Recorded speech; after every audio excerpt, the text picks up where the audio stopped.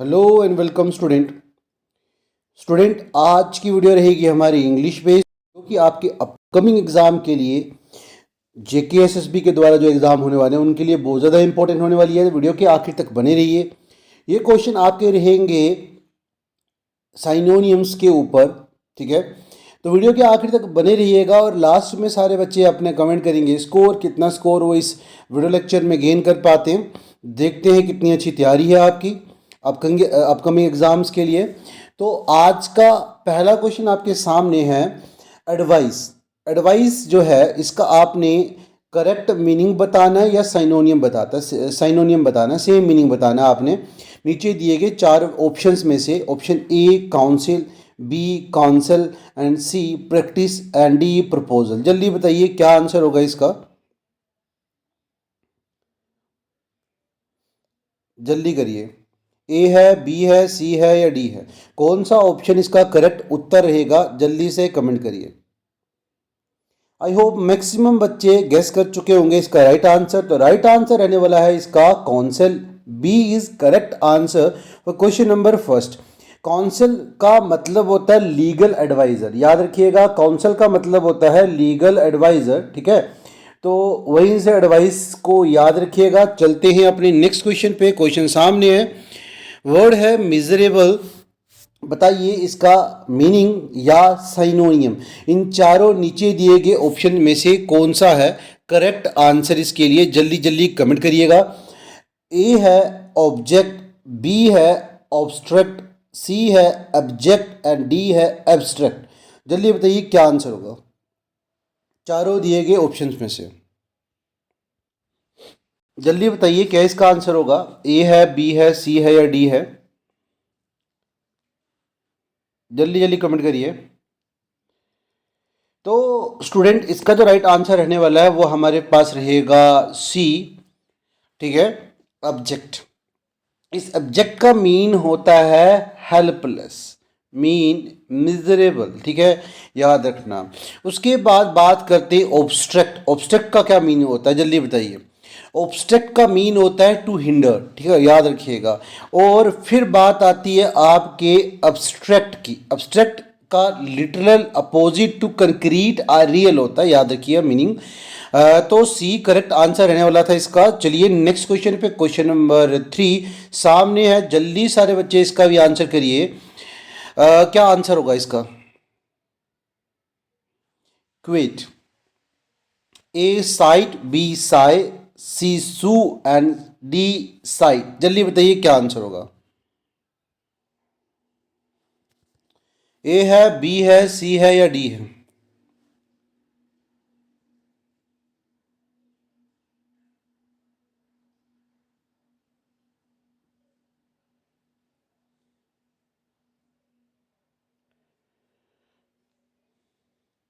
आई hope maximum बच्चे answer gas कर चुके होंगे। तो साइट मीन होता है सीन। याद रखना, ये जो साइट है ना, साइट, इसका मीन होता है सीन, ठीक है।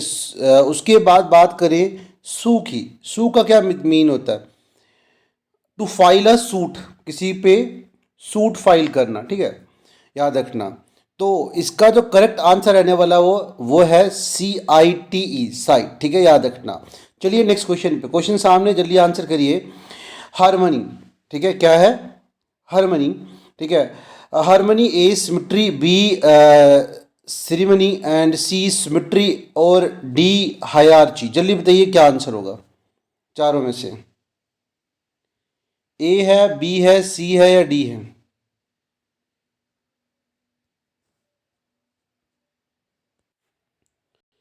जल्दी बताइए क्या आंसर होगा। ए है, बी है, सी है या डी है? द राइट आंसर स्टूडेंट रहने वाला आपका C symmetry. Symmetry is the correct answer, ठीक है। तो उसके बाद बात करते हैं इस सिमेट्री का, ठीक है। इसका मतलब होता है ग्रेव यार्ड। ग्रेव यार्ड्स, याद रखिएगा, ये इंपॉर्टेंट है जो प्रीवियस एग्जाम्स में आए हुए हैं जेकेएसएसबी के। हायरार्ची, हायरार्ची का मीन होता है system of society in which people are graded into different classes according to their certain norms, ठीक है, याद रखिएगा। चलते हैं आगे नेक्स्ट क्वेश्चन पे। फिफ्थ क्वेश्चन सामने है, जल्दी बताइएगा क्या आंसर होगा इसका। कह रहा है कि अनलॉफुल, अनलॉफुल का सेम मीनिंग कौन सा होगा इनमें से, साइनोनियम कौन सा होगा। A illicit, B draw, C illegitimate and D illicit. A B C D कौन सा आएगा इसका। तो आई होप मैक्सिमम बच्चे आंसर गेस कर चुके होंगे। द राइट आंसर रहेगा इलिसिट। इलिसिट मीन होता है not sanction by law, unlawful, ठीक है, नॉट सैंक्शन बाय लॉ। इस इलिसिट का मतलब क्या होता है, इसका मतलब होता है to draw response with difficulty, ठीक है, याद रखना। और इस इलिगिटिमेट का मीनिंग क्या होगा, इलीगल, क्या कह सकते हो, इलीगल, या फिर अनलॉफुल भी कह सकते हो, ठीक है। चलते हैं नेक्स्ट पे। हॉटी, बताइए इसका आंसर क्या होगा। चारों नीचे दिए गए ऑप्शंस में से इसका आंसर क्या होगा हॉटी का। A imperial, B imperious, C adamant and D empire.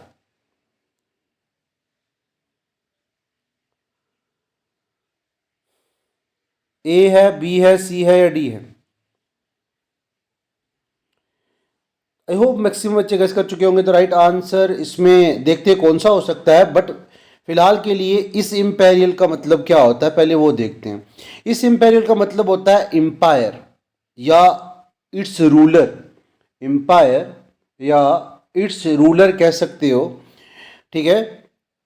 इस एडामेंट का मतलब क्या होता है, फर्मली और स्टबॉर्नली, ठीक है, या कह सकते हो डिटरमाइंडली, ठीक है। बट इसका जो करेक्ट आंसर रहेगा वो है बी इम्पीरियस, ठीक है, 6 में का। चलिए नेक्स्ट क्वेश्चन पे। वाइस, वाइस का क्या करेक्ट आंसर होगा जल्दी बताइएगा। मोमेंटस, प्रैग्मेटिक, जुडिशियस और डिले, जल्दी बताइए क्या आंसर होगा चारों के चारों नीचे दिए गए ऑप्शंस में से क्या करेक्ट उत्तर रहेगा क्वेश्चन नंबर 7 का। वाइस ए है, बी है, सी है या डी है। वाइस का मतलब क्या होता है, हैविंग गुड सेंस, और जुडिशियस का मतलब भी क्या होता है, हैविंग गुड सेंस, ठीक है।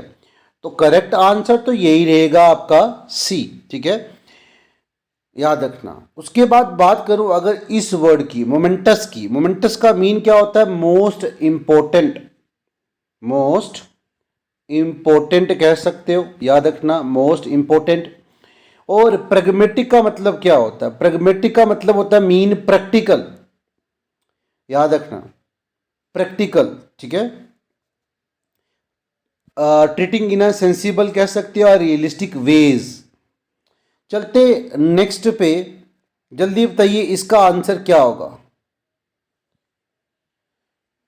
8 का, इस वर्ड का क्या करेक्ट मीनिंग होगा या साइनोनियम होगा नीचे दिए गए चारों ऑप्शन में से। ए है विक्टोरियन, बी है बम्बास्टिक, सी है वर्बोस एंड डी है एम्बिगियस।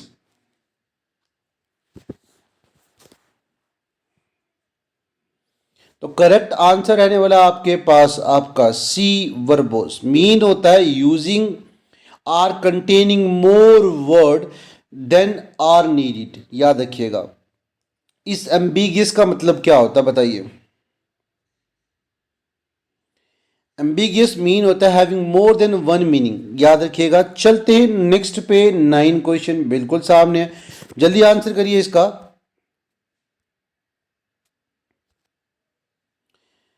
कोरेजियस, ए है fickle, B insipid, D C timorous and D fearless. जल्दी बताइए चारों में से क्या करेक्ट आंसर होगा क्वेश्चन नंबर 9 के लिए।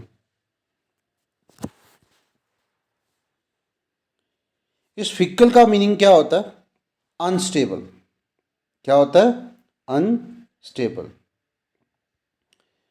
Often changing, not constant, not faithful, in speed. In speed का मीनिंग क्या होता है, टेस्टलेस। क्या मतलब होगा? टेस्टलेस। और इस 9 का जो राइट आंसर रहने वाला वो आपका सी है, ट्यूमेरस, कोरेजियस ट्यूमेरस। चलिए नेक्स्ट क्वेश्चन पे।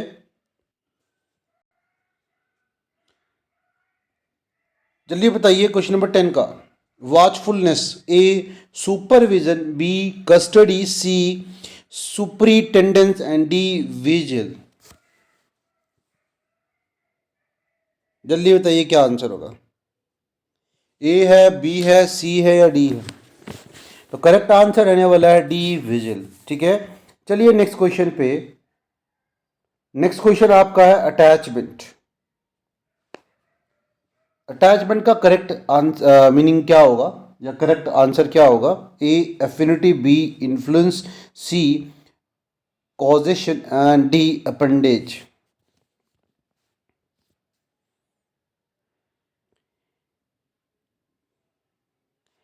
तो इसका आंसर रहेगा आपके पास ए, याद रखिएगा। चलिए नेक्स्ट क्वेश्चन पे 12। जल्दी बताइए क्या आंसर होगा इसका। वियरी, ए है tired, B fatigue, C sentimental and D emotional. क्या साइनोनिम होगा इसका? किसका मीनिंग सेम होगा इसके साथ? तो weary is also known as fatigued. B is the correct answer, याद रखिएगा। चलिए अगले क्वेश्चन पे 13 पे। 13 है बीक्विस्ट, ए है पेरिसिमोनी, बी है matrimony, C heritage and D patrimony. जल्दी बताइए क्या आंसर होगा इसका। ए, बी, सी या डी, चारों दिए गए ऑप्शंस में से क्या इसका करेक्ट आंसर होगा? तो याद रखिएगा बीक्विस्ट का है हेरिटेज। क्या है? हेरिटेज, याद रखिएगा। चलिए नेक्स्ट क्वेश्चन पे। क्वेश्चन नंबर 14 क्या है? गुलिबल।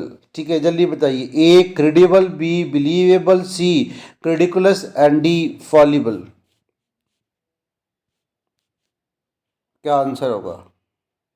तो इसका जो करेक्ट आंसर रहने वाला आपके पास वो है C credulous is the right answer for the gullible. ठीक है, नेक्स्ट क्वेश्चन पे चलते हैं। क्वेश्चन सामने, जल्दी आंसर करिए। ब्रेवरी, क्या आएगा ब्रेवरी का? Onslaught, A, B arrogant, C fortitude and D nepotism. जल्दी बताइए क्या आंसर होगा।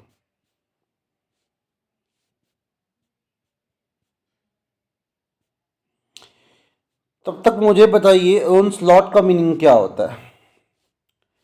ऑनस्लॉट का मीन होता है क्लियर। क्या होगा? क्लियर। ठीक है, याद रखना। इसका मीनिंग क्या होता है? क्लियर। एरोगेंट का मीन क्या होता है? एरोगेंट होता है the person who is full of pride. Full of pride, याद रखिएगा। इसका आंसर क्या था आपने गेस तो कर लिया होगा। तो राइट आंसर इसका रहने वाला है आपके पास फोर्टिट्यूड, सी। ठीक है, याद रखना fortitude, C is correct answer. चलिए नेक्स्ट क्वेश्चन पे। जेलियस, ठीक है, बताइए क्या आंसर होगा इसका। A obvious, B atrocious, C envious and D ferocious.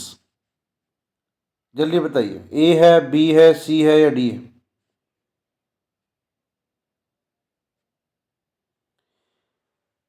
जेलिस और एनवियस का मीन सेम होता है। अब मुझे ओबियस का मीन बताइए। ओबियस का भी क्लियर है। ठीक है, क्या रहेगा मीन इसका? क्लियर, याद रखिएगा। चलते हैं नेक्स्ट क्वेश्चन पे। Question number 17 sorry. पेट्रोनेज, इसका क्या सेम मीनिंग होगा? ए है डोनेशन, बी है सपोर्ट, सी है एस्पियोनेज एंड डी है बेनिफिशियरी। जल्दी बताइए 17 का आंसर क्या होगा।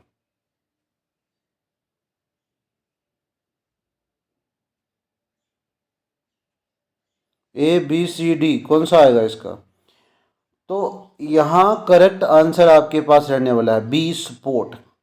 चलिए नेक्स्ट पे, ट्रेवर्स, ट्रेवर्स का क्या सेम मीनिंग होगा? A mingle, B frustrate, C take and D cross.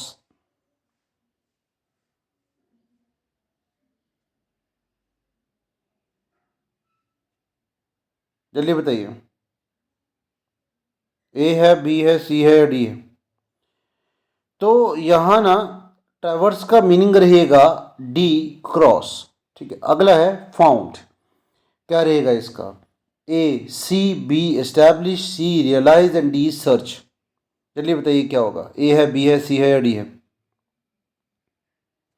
तो राइट आंसर आपके पास रहने वाला है सर्च। अगला क्वेश्चन, लास्ट क्वेश्चन आज की वीडियो का, जल्दी बताइए इसका क्या आंसर होगा?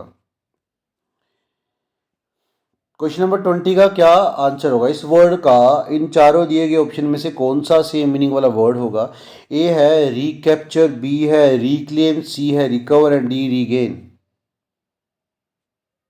जल्दी बताइए, ए है, बी है, सी है या डी है?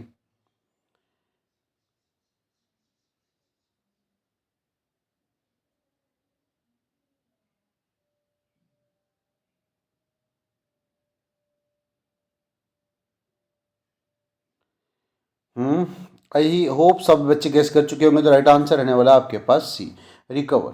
क्या रहेगा?